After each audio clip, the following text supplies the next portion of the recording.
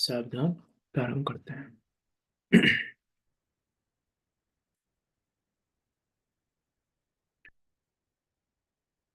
जय श्री ओम नमः सिद्धेभ्य। नमो अरिहंताण, नमो सिद्धाणं, नमो आयरियाणं, नमो वज्रायाणं, नमो लोहे सविसाहुणम्। मंगलम भगवान वीरो, मंगलम गौतमो गणि, मंगलम कुंद कुंदार्यो, जैन धर्मोस्तु मंगलम। सर्व मंगल मांगल्यम, सर्व कल्याण कारकम, प्रधानम सर्व धर्माणां, जैनम जयतु शासनम, जैनम जयतु शासनम। तज्जयति परम ज्योति, तज्जयति परम ज्योति, समम समस्तेरिनंत पर्याय, दर्पण तल इव सकला, प्रतिफलति पदार्थ मालिका यत्र, परमागमस्य जीवं निषेध्य जात्यन्त सिन्धुर्विधानम्, सकल नैबिलसितानां, विरोधि मध्यनम नमाम्यनेकान्तम्। जय जय पद्मे जिनेश, परम सुख रूप हो, स्वानुभूति के निमित्त शुद्ध चिद्रूप हो। दर्शन पाकर हुआ सहज आनंद में, करूं अर्चना रागादिक पर हो विजय, करूं वंदना रागादिक पर हो विजय। आचार्य अमृतचंद देव द्वारा विरचित यह पुरुषा सिद्धि उपाय नामक ग्रंथ, जो कि पुरुष के अर्थ की सिद्धि का उपाय बताने वाला है, सुखी होने का उपाय बताने वाला है, 226 श्लोकों में निबद्ध है और 226 श्लोकों के माध्यम से जो मोक्ष के मार्ग का प्रकाशन करने वाला है, ऐसा यह अद्भुत व अनुपम ग्रंथ, इस पर हमारी चर्चा चल रही है। बहुत सुंदर बात यहाँ आचार्य अमृतचंद देव कह रहे हैं। उस ज्ञान रूपी परम ज्योति और अनेकांत को नमस्कार करके यहाँ उस पुरुषार्थ सिद्धि उपाय को आचार्य अमृतचंद देव कह रहे हैं। अभी हमारी चर्चा चल रही है कलश नंबर, ये श्लोक नंबर 10 पे। श्लोक नंबर 10 में क्या कह रहे हैं आचार्य अमृतचंद देव कि पहले तो क्या कहा, पुरुष को बताया। श्लोक नंबर 9 में तो क्या बताया, पुरुष को बताया कि पुरुष क्या है, किसको कहते हैं पुरुष, कौन है पुरुष। और 10वें नंबर के श्लोक में बताया कि उस पुरुष का अर्थ क्या है, वो अर्थ क्यों है, और उस अर्थ की सिद्धि करने की आवश्यकता क्यों है। इन दो प्रश्नों का जवाब दिया श्लोक नंबर 10 में कि पुरुष का ये अर्थ क्यों है सुखी होने का, क्योंकि वो वर्तमान में दुखी हो रहा है, इसलिए उसका प्रयोजन है सुखी होने का। क्यों क्यों सिद्धि करना चाहता है वो सुख की, क्योंकि वो दुख रूप परिणमित हो रहा है, इसलिए उसके उस अर्थ की सिद्धि करना चाहता है। तो श्लोक नंबर 9 में पुरुष और श्लोक नंबर 10 में अर्थ सिद्धि की जरूरत क्यों पड़ी, उसका कारण बताया कि यह जीव अपने ही अज्ञान भाव से, अपने को ज्ञायक ना जानने के कारण, अपने को ज्ञायक ना अनुभवने के कारण, यह जीव स्वयं ही राग देश रूप परिणाम रूप परिणमता है, राग देश रूप परिणामों को स्वयं ही भोगता है, स्वयं ही करता है, और इसीलिए दुखी रहता है, क्योंकि इसका वो अज्ञान भाव है, क्योंकि ये अपने गायक भाव को नहीं जानता, क्योंकि ये अपने गायक भाव का अनुभव नहीं करता, इसलिए कर्ता भोक्ता दूसरा नहीं है, इसको दुखी कोई दूसरे ने नहीं किया है, इसके दुखी का कारण ये स्वयं है, और स्वयं ही सुखी होने में भी समर्थ है, और ये स्वयं दुखी होने में भी समर्थ है। इसको कोई दूसरा दुखी नहीं करता, कोई दूसरा सुखी नहीं करता। इस प्रकार की बातें यहाँ इस श्लोक नंबर 10 में की। अब प्रश्न आता है कि ये अर्थ सिद्धि होती कब है, इस अर्थ की सिद्धि कब होगी। अर्थ की सिद्धि कब होगी एक बात, और अर्थ सिद्धि कहते किसे हैं। अर्थ तो पता चल गया हमको कि हमारा अर्थ क्या है, कि सुखी होने का। क्यों है, क्योंकि हम दुखी हो रहे हैं। किस लिए हो रहे हैं, कि अज्ञान भाव के कारण। किसने दुखी किया है हमको, कि किसी ने नहीं, हम स्वयं ही दुखी हो रहे हैं। तो ये अर्थ सिद्धि कब होती है, अर्थ सिद्धि किसे कहते हैं। इस प्रश्न का उत्तर श्लोक नंबर 11 में आचार्य अमरचंद देव दे रहे हैं। देखो क्या कह रहे हैं यहाँ पे, पेज नंबर 39 पे। इस प्रकार इस अशुद्ध आत्मा के अर्थ सिद्धि कब होती है और अर्थ सिद्धि किसे कहते हैं, यह बतलाते हैं। देखो क्या कह रहे हैं, श्लोक नंबर 11 पढ़ते हैं। सर्वविवर्तोत्तीर्णा यदा स चैतन्यमचलमाप्नोति भवति तदा कृतकृत्य सम्यक् पुरुषार्थ सिद्धिमापन्ना। क्या कह रहे हैं देखो, सह यदा जब, सह वह, वह कौन, वो आत्मा जो स्वयं ही अशुद्ध रूप परिणमित हो रहा है अपने अज्ञान भाव से, वो अशुद्ध आत्मा। सर्व विवर्त उत्तीर्ण, सभी विभावों से पार होकर, अचलम, अपने निष्कंप, अपने उस अचल शाश्वत स्वभाव रूप, अपने उस निष्कंप अचल चैतन्य स्वरूप को, चैतन्यम चैतन्य स्वरूप को आपनोति प्राप्त होता है। जब यह जब यह उपर्युक्त अशुद्ध आत्मा सर्व विभावों से पार होकर अपने निष्कंप, अपने अचल उस चैतन्य स्वरूप को, जो सदा शाश्वत है, अचल है, नित्य है, ऐसे उस चैतन्य स्वरूप को प्राप्त होता है, तदा, तब, नीचे की लाइन में, ऊपर की लाइन में क्या कहा, यदा, ऐसा। अब तदा, तब क्या होता है, तदा, तब यह आत्मा उस सम्यक पुरुषार्थ सिद्धिम, उस सम्यक प्रकार से पुरुषार्थ के प्रयोजन की सिद्धि को आपन्ना, प्राप्त होता हुआ, कृत्य कृत्य भवती, कृत्य कृत्य होता है, कृत्य कृत्य हो जाता है। वो कब, जब वो सर्व विभावों से पार होकर अपने उस निष्कंप अचल चैतन्य स्वरूप को प्राप्त होता है, तो कृत्य कृत्य हो जाता है। कृत्य कृत्य हो जाता है अर्थात अब करने योग्य सब कर लिया उसने। यहाँ ये मत लेना सिद्ध हो जाता है, कृत्य कृत्य हो जाता है के दो अर्थ हैं, सिद्धि के अर्थ में भी प्रयोग करेंगे यहाँ पे। कृत्य कृत्य हो जाता है, सिद्ध तक की बात भी करेंगे। लेकिन कृत्य कृत्य हो गया अर्थात जो अनादि अब तक नहीं किया इसने वो कर लिया।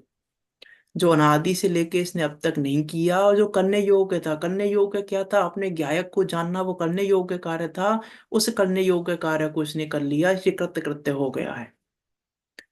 ऐसा कह रहे हैं यहाँ पे कि कब, सर्व विभावों से पार होकर, सभी विभाव भावों से पार अपने उस चैतन्य स्वरूप को प्राप्त होता है। जब जब ऐसा प्राप्त होता है, तब यह आत्मा सम्यक प्रकार से पुरुषार्थ के प्रयोजन की सिद्धि को प्राप्त होता हुआ भवती कृत्य कृत्य, कृत्य कृत्य होता है, कृत्य कृत्य पने को प्राप्त होता है। मैं क्या कहना चाह रहे हैं आचार्य अमृतचंद देव यहाँ पे, कि वास्तव में तो ये अशुद्ध है ही नहीं, परमार्थ से तो ये अशुद्ध है ही नहीं। परमार्थ से देखें तो ये अशुद्ध है ही नहीं, लेकिन ये उस, अशुद्ध कह रहा हूं, हाँ, अशुद्ध है नहीं, और उस शुद्धपने को नहीं जानता, इसीलिए अशुद्ध रूप परिणमित हो रहा है। उस शुद्धपने को नहीं जानता है, शुद्धपने को नहीं जानने के कारण अशुद्ध रूप परिणमित हो रहा है। तो क्या करे, उस अर्थ की सिद्धि कैसे होगी, कि जब यह अशुद्ध आत्मा अशुद्धि के काल में ही, अशुद्ध आत्मा अर्थात अशुद्धि के काल में ही क्या करे, कि सर्व विभावों से पार देखे, सर्व विभावों से पार, सर्व विवर्तो उत्तीर्ण, सर्व विभावों से पार होकर अचल चैतन्यम आपनोति, अचलम चैतन्यम आपनोति, वो ज्ञायक भाव कैसा है कि वो ज्ञायक भाव अचल है, निष्कंप है, शाश्वत है, नित्य है, जिसकी चर्चा आचार्य चंद देव ने की है कलश नंबर 12 में। वहां ज्ञायक भाव के लिए किन शब्दों का प्रयोग किया? नित्य, ध्रुव और शाश्वत, तीन शब्दों का प्रयोग किया वहां कलश नंबर 12 में। कि कैसा है वो, कि शाश्वत है, अचल है, अचल रहने वाला है, अर्थात चलायमान नहीं होता, अर्थात अपने ज्ञायक भाव से चलायमान नहीं होता, अर्थात राग द्वेष होने पर भी यह आत्मा अपने ज्ञायक भाव से चलायमान नहीं होता। अब यह आत्मा अपने ज्ञायक भाव से, ये भी कहने पड़ रहा है हमको, ये भी कहना है, वास्तव में तो वो ज्ञायक पने से च्युत होता ही नहीं है। वो ज्ञायक पने से च्युत नहीं होता, उसका नाम है अचलम, उसका नाम है वो ध्रुव, शाश्वत, नित्य। कि अचलम, चलित नहीं होता, निष्कंप है, कंपायमान नहीं होता। जैसे उसमें लाइन आती है ना भक्तांबर में, जैसे हवा मेरु की चोटी को कंपायमान करने में समर्थ नहीं है, लाइन आती है ना ऐसी कुछ एक, उसी प्रकार ये राग द्वेष की हवा भी मेरे उस ज्ञायक पने को हिलाने में समर्थ नहीं है, उस ज्ञायक भाव में कंपन कराने में समर्थ नहीं है। उस चोटी को हिला दे ऐसी सामर्थ्य किसी हवा में नहीं है। उसी प्रकार मेरे ज्ञायक भाव को कोई कंपायमान कर दे, ऐसी ताकत किसी राग द्वेष में नहीं है, किसी भाव में नहीं है, किसी परिणाम में ऐसी ताकत नहीं है जो मेरे ज्ञायक भाव से मुझे निष्कंप कर दे, कंपायमान कर दे। निशंक तो है ही, कंपायमान कर दे ऐसी ताकत नहीं है। ऐसे उस निष्कंप, ऐसे उस अचल चैतन्य पने को, उस चैतन्य स्वरूप को जब प्राप्त होता है, तब यह कृत्य कृत्य होता है, तब इसको प्रयोजन की सिद्धि हो जाती है, तब इसको वो सुख प्राप्त हो जाता है। तीन अकत जो आनंद लहो, वो आनंद इसको प्राप्त हो जाता है।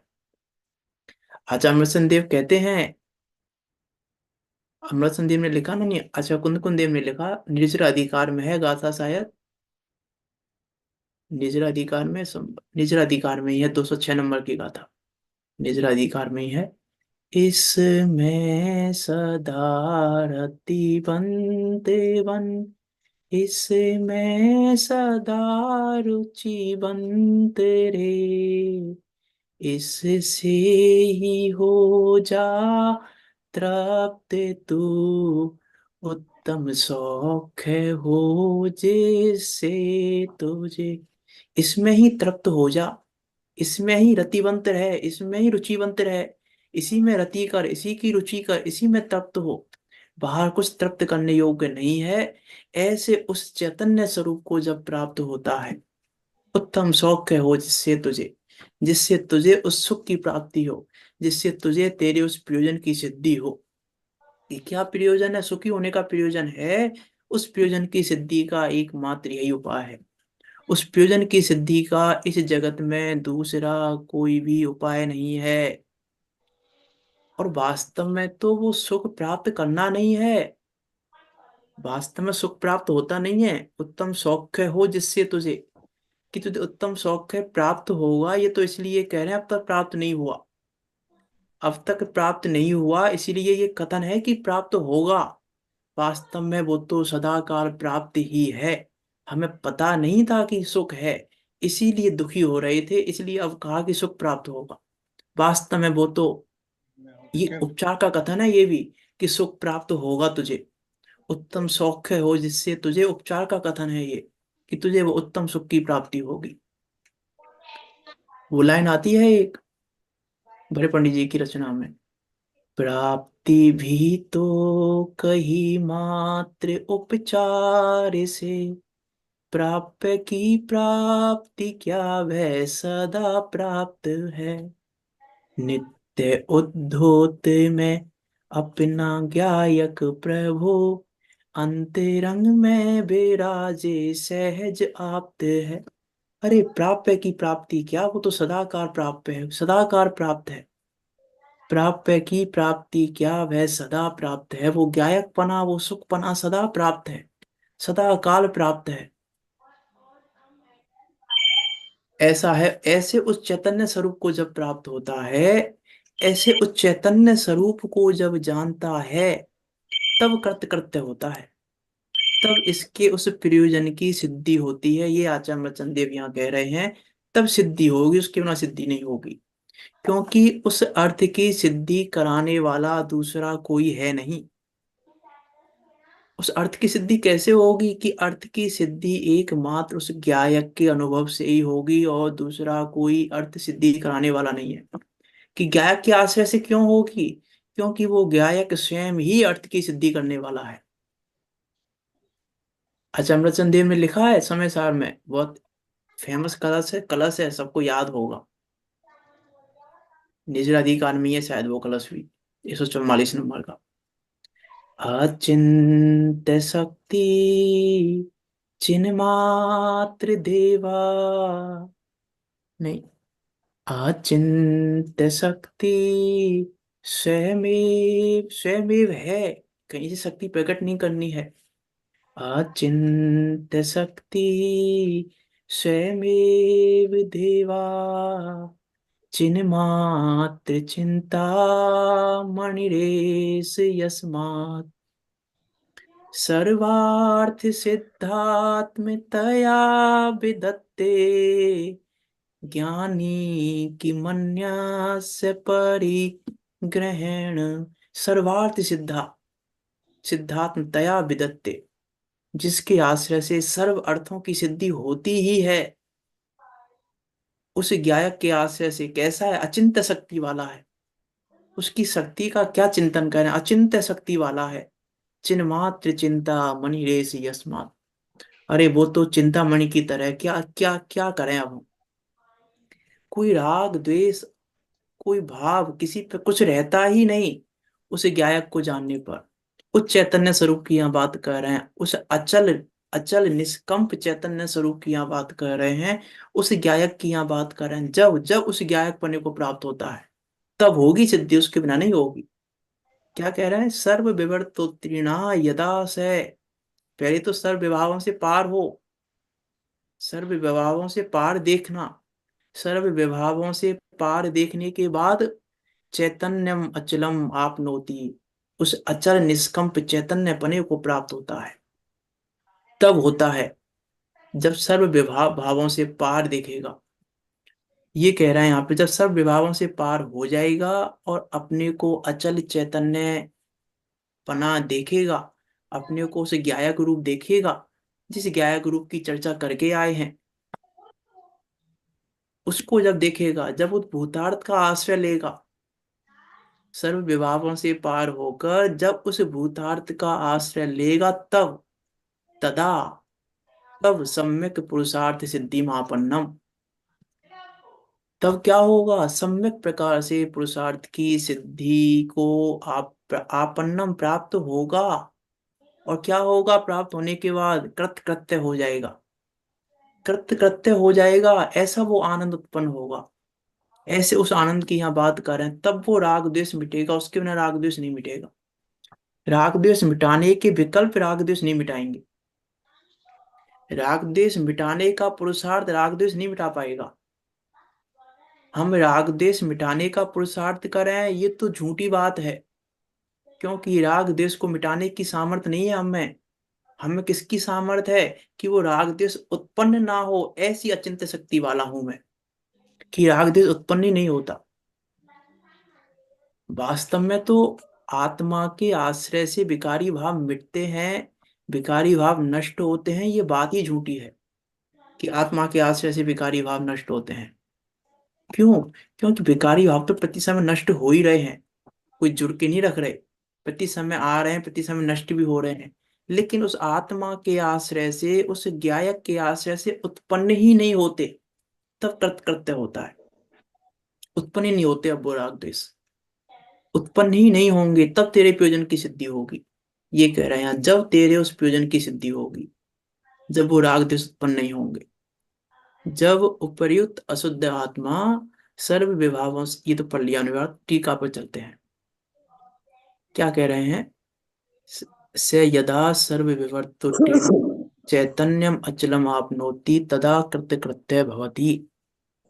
रागादि भावों से लिप्त वही आत्मा, जो रागादि भावों से लिप्त हो रहा है, सर्व विभावों से पार होकर अपने चैतन्य स्वरूप आत्मा को निशंकता पूर्वक प्राप्त होता है। कि शंका मत कर, कि तू उस ज्ञायक पने में, उस नित्य ध्रुव शाश्वत ज्ञायक पने में शंका मत कर। उस अचल निष्कंप ज्ञायक पने में शंका मत कर। निशंकता पूर्वक प्राप्त होता है। शंका करेगा तो प्राप्त नहीं होगा।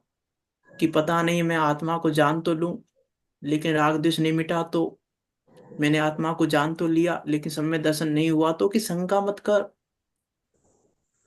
होगी, कृत्य कृत्य होगा, उस ज्ञायक पने के अनुभव में कृत्य कृत्य होगा ही, इसकी शंका मत कर। कि कुछ गड़बड़ी हो गई तो, मैं गायक को जानूंगा, गड़बड़ी हो गई तो मैं अपने को गायक मान रहा हूँ, कुछ गड़बड़ी की गड़बड़ी नहीं होगी। अपने को गायक जानने पर गड़बड़ी नहीं होगी, गायक नहीं जानने पर गड़बड़ी होगी। ये म्यूट कर लें आप। क्या कह रहा है यहाँ पे? अपने चैतन्य स्वरूप आत्मा को निशंकता पूर्वक प्राप्त होता है तब कृत्य कृत्य होता है। कैसा है ये आत्मा? कृत कृत्य पने को प्राप्त कब होता है? कि सम्यक पुरुषार्थ सिद्धि मापन्ना, सम्यक प्रकार से पुरुषार्थ की सिद्धि को प्राप्त हुआ है। उस पुरुषार्थ की सिद्धि को प्राप्त हुआ है, उस पुरुषार्थ की सिद्धि को इसने प्राप्त किया है। ऐसा वह आत्मा अपने चैतन्य स्वरूप आत्मा को निसंगता पूर्वक प्राप्त होता है, तब कृत्य कृत्य होता है, तब इस पुरुषार्थ की सिद्धि को प्राप्त करता है और तब वो कृत्य कृत्य हो जाता है। क्या कह रहे हैं देखो, में विचार करने वाली बात है कि आचार्य देव यहाँ क्या कहना चाह रहे हैं कि निसंगता पूर्वक प्राप्त होता है, अर्थात किस बात की शंका करता है, किस बात की शंका है हमें, किस बात की शंका करें हम। मीस वो आता ना भजन, हमें को कछु भी भय ना रे, जान लियो संसार, जान लिया ज्ञायक हमको, कछु भी भय ना रे।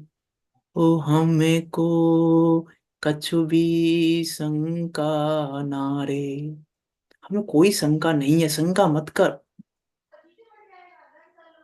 कि किस बात, देखो एग्जाम्पल दिया था ना चिन्ह मात चिंतामणि का, इष्ट उपदेश की चर्चा में एग्जाम्पल दिया था ना, कि किस बात की चिंता करता है, ये नहीं होगा तो, ये नहीं होगा तो, किस बात की चिंता है। एग्जाम्पल याद आया आपको? बेटी के पिता का एग्जाम्पल दिया था कि वो आए, लड़के वाले देखने आए।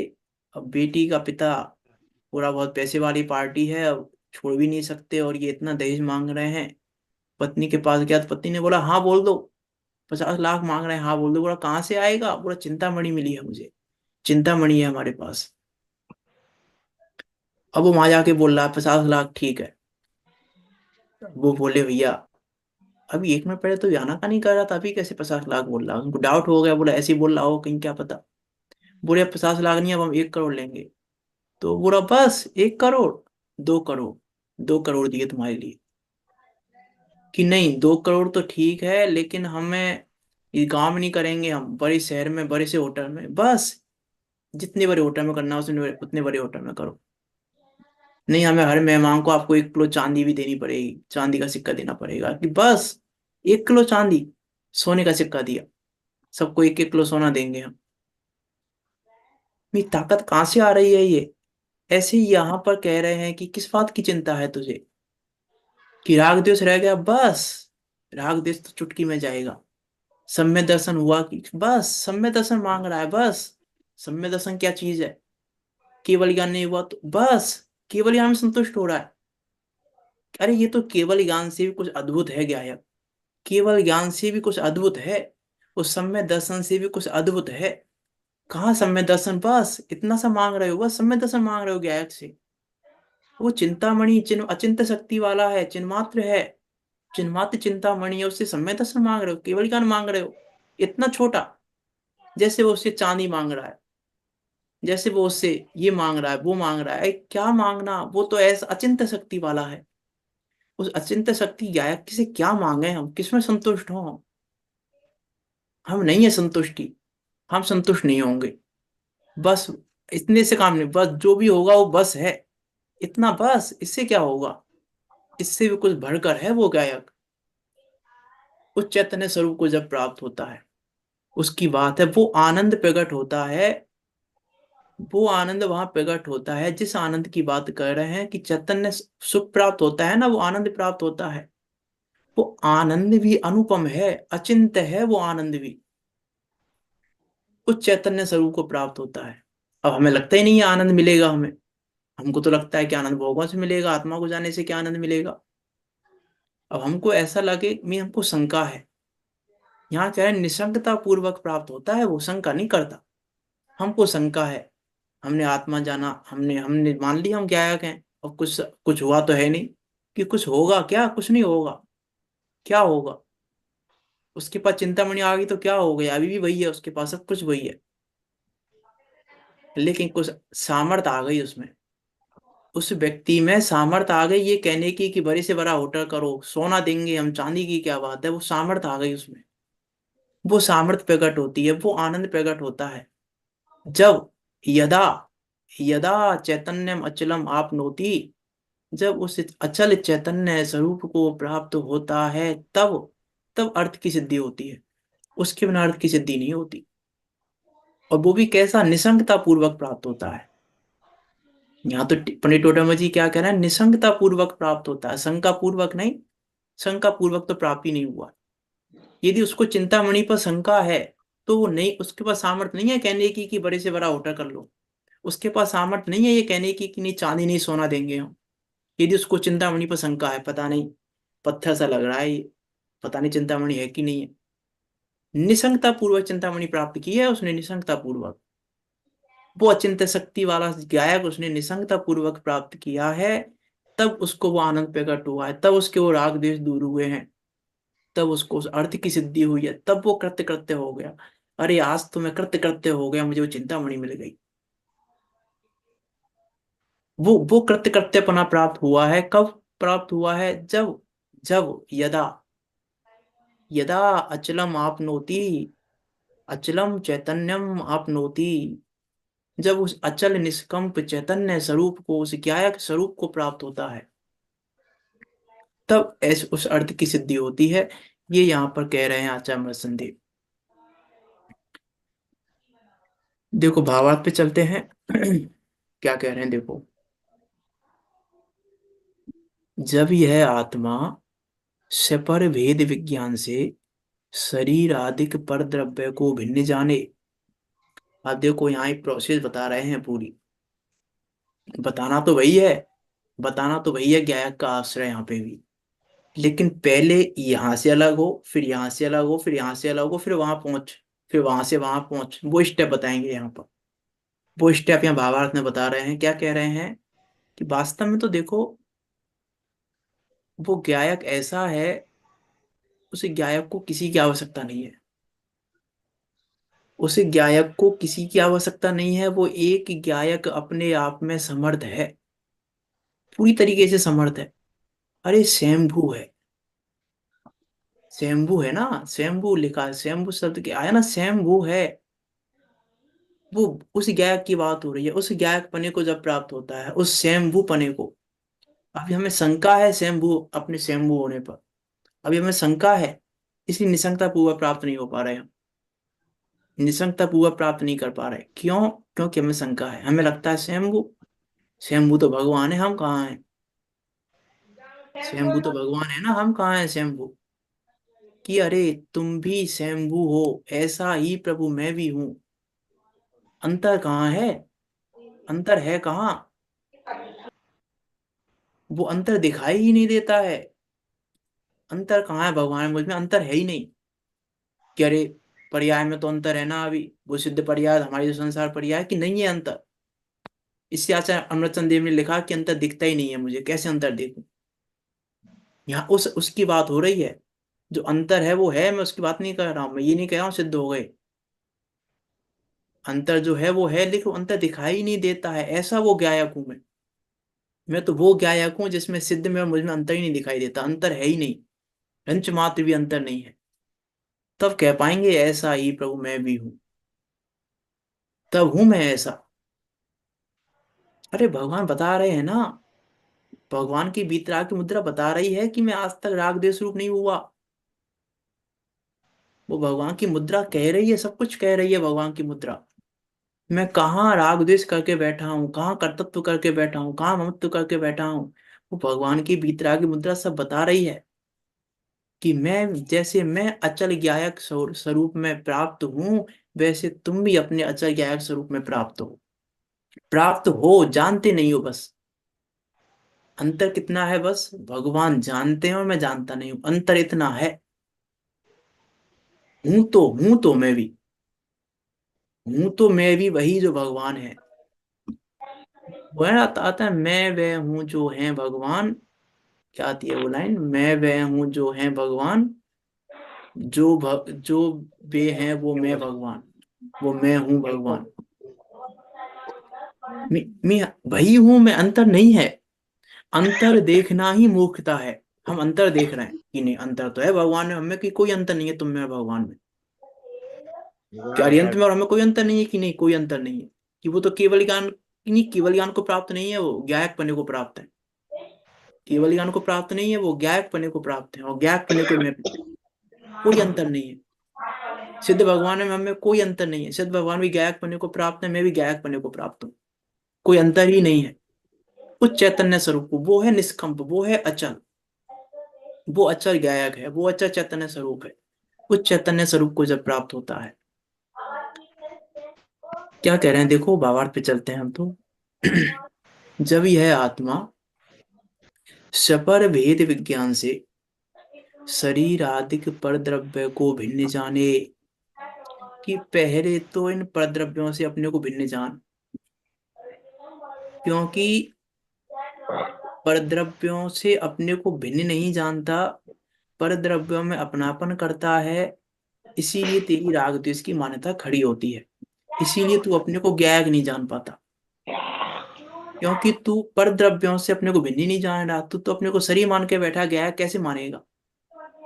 जब मैं अपने को शरीर मान के बैठा हूं कि मैं शरीर हूं, तो मैं ज्ञायक हूं कैसे मानूंगा, कि मैं नहीं मान सकता जब मैं अपने को शरीर मान रहा हूं तो यहाँ कह रहे हैं पहले तो भेद विज्ञान कर।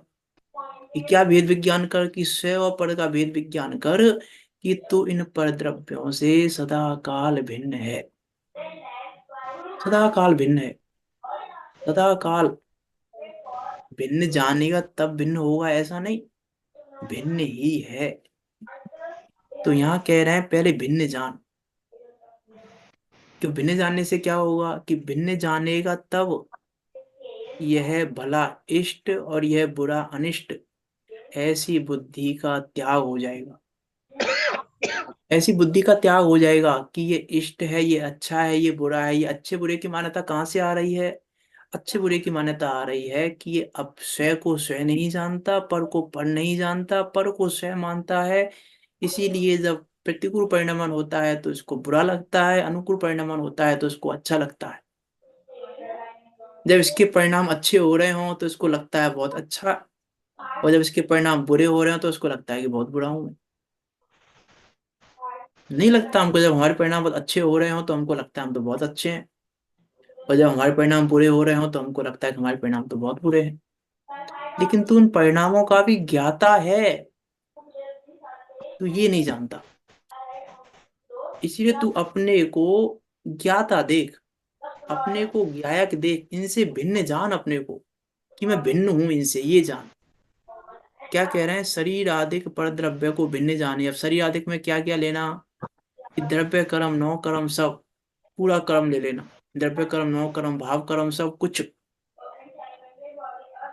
द्रव्य कर्म नौ कर्म भाव कर्म आदि सबसे अपने को भिन्न जान। ये नहीं है मुझ रूप, कि जो अनादि से राग द्वेष रूप, आकुलता रूप जो भाव रूप परिणमन कर रहे हो तुम, वो क्यों कर रहे हो, ज्ञायक को नहीं जानने से। तो अब क्या करो, कि इनसे अपने को भिन्न जानो, कि मैं अमीर हूं तो भी, गरीब हूं तो भी, अमीर हूं तो भी गायक हूं, गरीब हूं तो भी गायक हूं। ये अमीरता मेरी नहीं है, अमीरपना, ये गरीबपना मेरा नहीं है। ये नारकीपना मेरा नहीं है, ये मनुष्यपना मेरा नहीं है, ये तिर्यंचपना मेरा नहीं है, इत्यादि सब। ये स्त्री पुत्र आदि मकान आदि मेरे नहीं है, ये शरीर मेरा नहीं है, ये कर्म मेरे नहीं है, ये कर्म, ये साता वेदनीय अच्छा नहीं है, असाता वेदनीय बुरा नहीं है।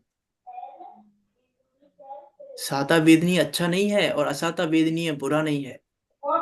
और साता साता ही नहीं, मोहिनीय कर्म भी बुरा नहीं है। दर्शन मोहिनीय बुरा है कि अच्छा है?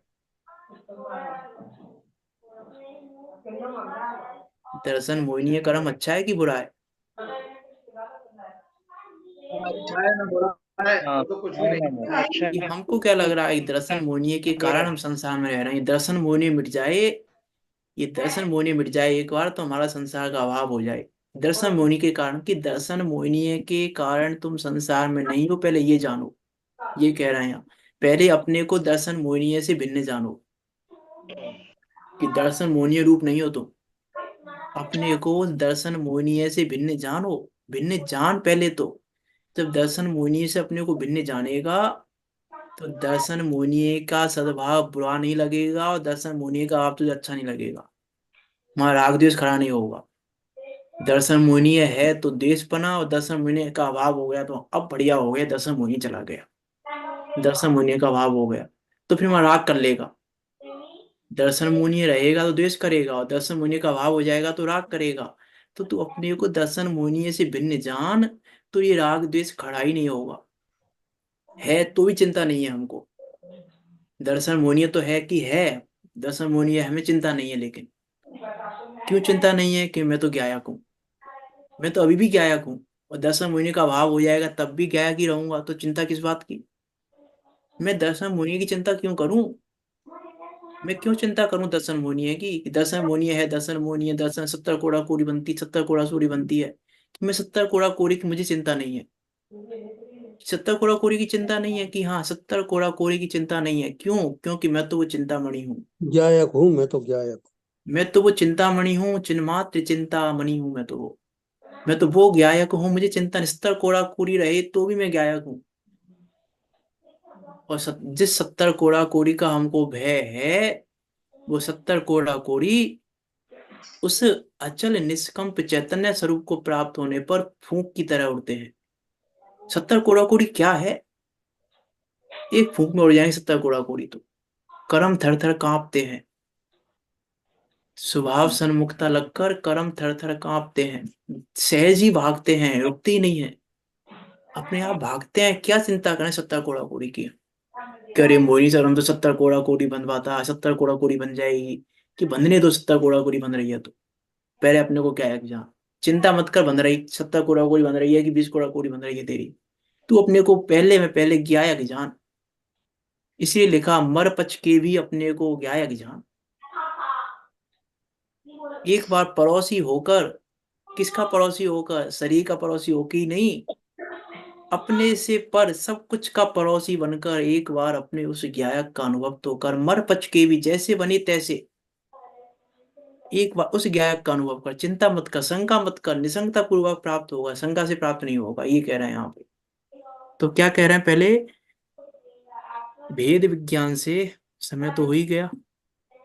जब यह आत्मा, पैराग्राफ पढ़ लेते हैं बस, कल चर्चा करेंगे इसकी। जब यह आत्मा सपर भेद विज्ञान से शरीर आदि परद्रव्य को भिन्न जाने, तब यह भला इष्ट, यह बुरा अनिष्ट ऐसी बुद्धि का त्याग कर देता है।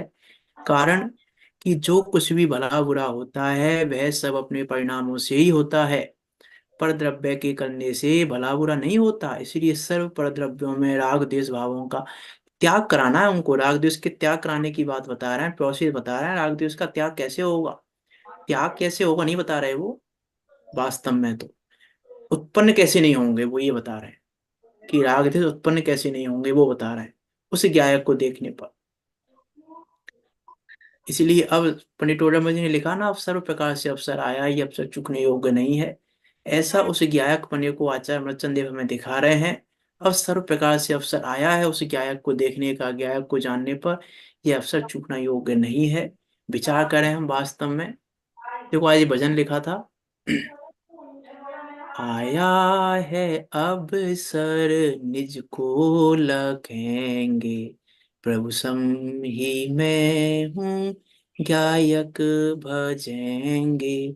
आया है अब सर निज को लखेंगे, प्रभु सम ही मैं हूँ गायक भजेंगे। अनादिकाल से मोह को ही ध्याया, निज को भुलाया, पर को लखाया। गायक हूँ जाना, पर को तजेंगे, प्रभु सम ही मैं हूँ गायक भजेंगे। इस श्लोक का ही सार है ये। जिन वाणी पर कर आज यह जाना, निज में ही है मेरे सुख का निधाना। शाश्वत हूँ जाना, सुख को लहेंगे, प्रभु सम ही मैं हूँ गायक भजेंगे। नयों को जाना, माना यही था। क्या माना था हमने? कि हमने नयों को जान लिया है।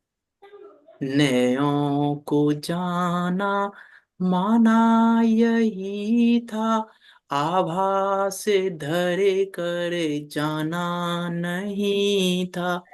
पश्चाति क्रांत पश्चाति क्रांत गायक को लखेंगे, प्रभु सम ही मैं हूँ गायक भजेंगे। असरण जग में गायक ही सरेना, आत्म को जाना, पर मैं ना लगना। आत्म में रम कर आत्म लहेंगे, प्रभु सम ही मैं हूँ गायक भजेंगे। आत्मार्थी गायक सब ही हैं गायक, ध्रुव शाश्वत नित्य सदा ही ये गायक। गायक हूँ जाना, मुक्ति बरेंगे, प्रभु सम ही मैं हूँ गायक भजेंगे।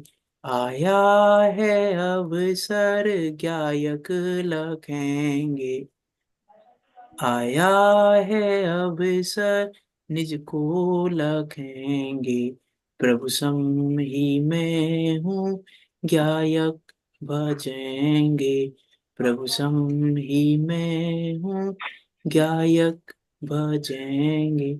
ऐसे उस गायक को हम सब जाने, और उस अचल असम असकम निष्कंप उस चैतन्य स्वरूप को, उस गायक रूप को प्राप्त करके हम भी अपने प्रयोजन की सिद्धि करें। हमारे भी अर्थ की सिद्धि हो, और हम भी कृत्य करते हों। इसी मंगल भावना के साथ अभी की बात को यहाँ विराम देते हैं। कोई शंका हो आपकी तो पूछ सकते हैं, नहीं तो जिनवाणी स्तुति करते हैं। निज निधि निज में बताई, यह आनंद उपकार है उसके लिए, जिन वाणी माँ को वंदे ना सते बारे है। माँ वंदे ना सते बारे।